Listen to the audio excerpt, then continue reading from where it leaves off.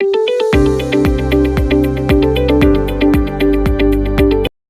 हम प्रश्नावली 1.3 शुरू कर लेते हैं।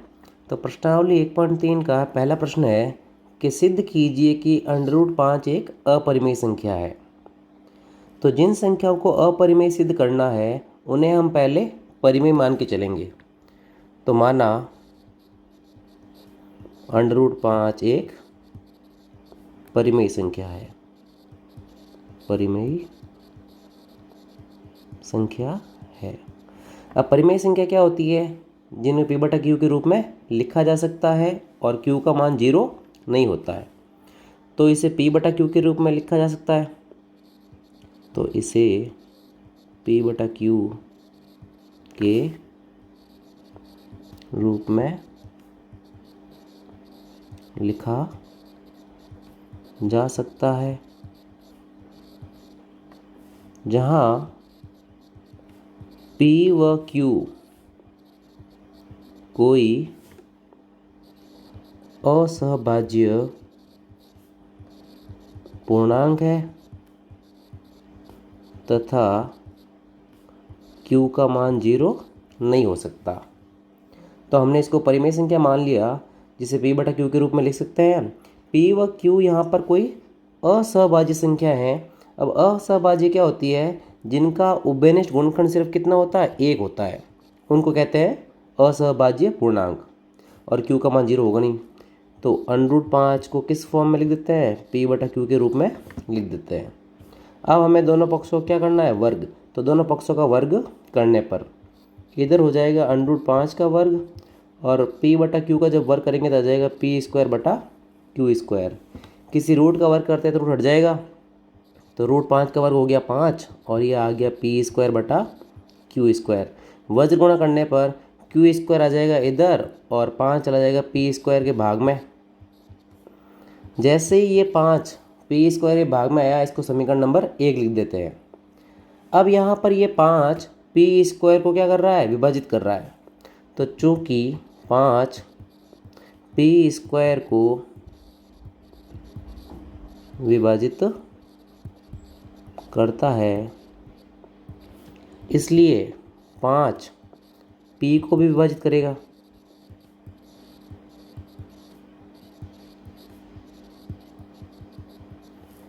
ये एक प्रमेय है जिसके हिसाब से अगर कोई अभाज्य संख्या किसी वर्ग को विभाजित करती है तो उस संख्या को भी क्या करेगी? विभाजित करेगी।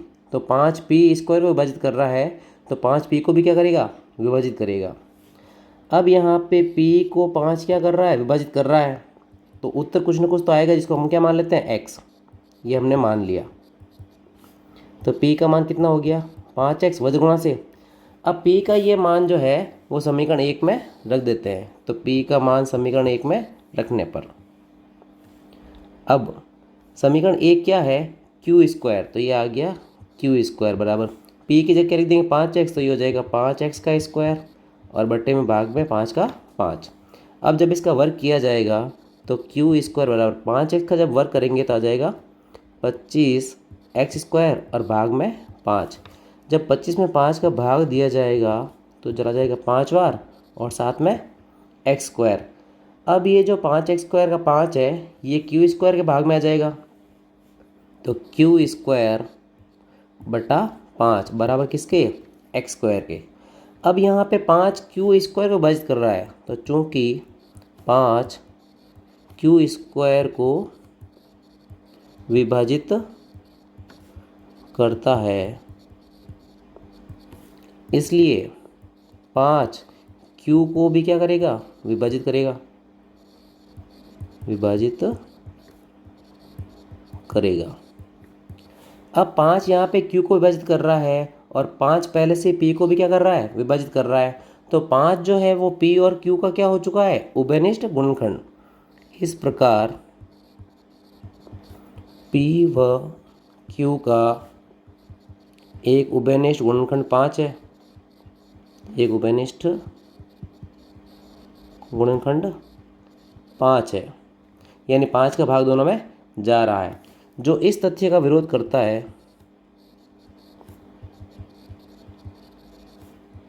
विरोध करता है कि P व Q असहभाज्य है। हमने इन दोनों को शुरुआत में असहभाज्य माना था, लेकिन इनका गुणनखंड 5 आ चुका है, तो ये असहभाज्य तो नहीं रहे। अब इस विरोधाभास का कारण क्या है? इसका कारण है हमारी गलत कल्पना। यह विरोधाभास हमारी गलत कल्पना के कारण उत्पन्न हुआ है। अतः √5 एक अपरिमेय संख्या है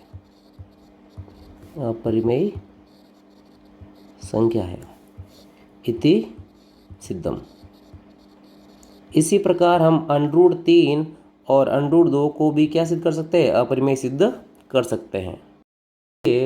अब हम इस प्रश्नावली के प्रश्न संख्या 2 को भी हल कर लेते हैं। अब प्रश्न संख्या 2 में क्या लिखा गया है कि इस बार हमें 3 + 2 √5 को एक अपरिमेय संख्या सिद्ध करना है।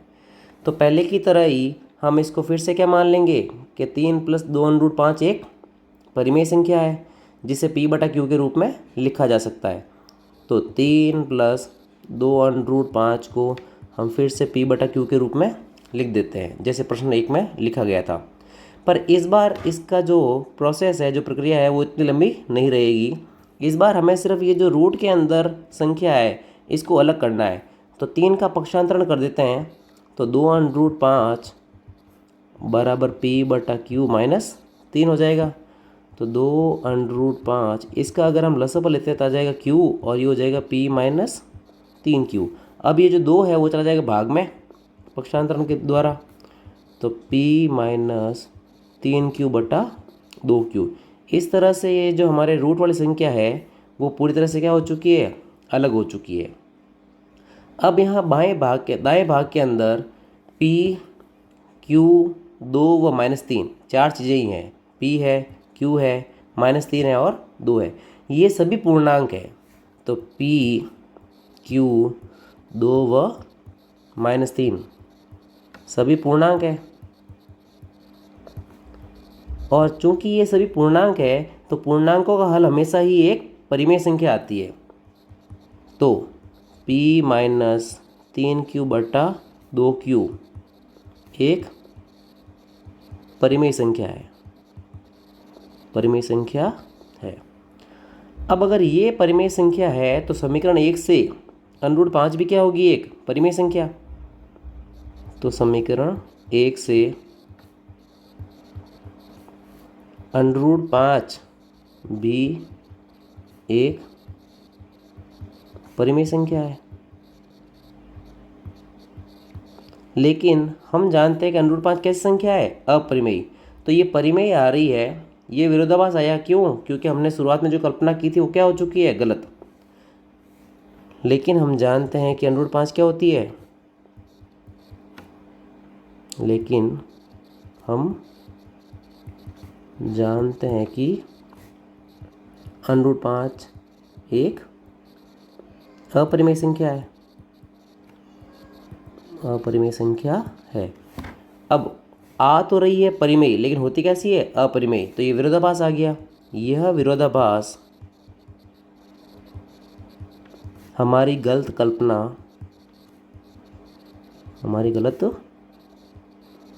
कल्पना के कारण उत्पन्न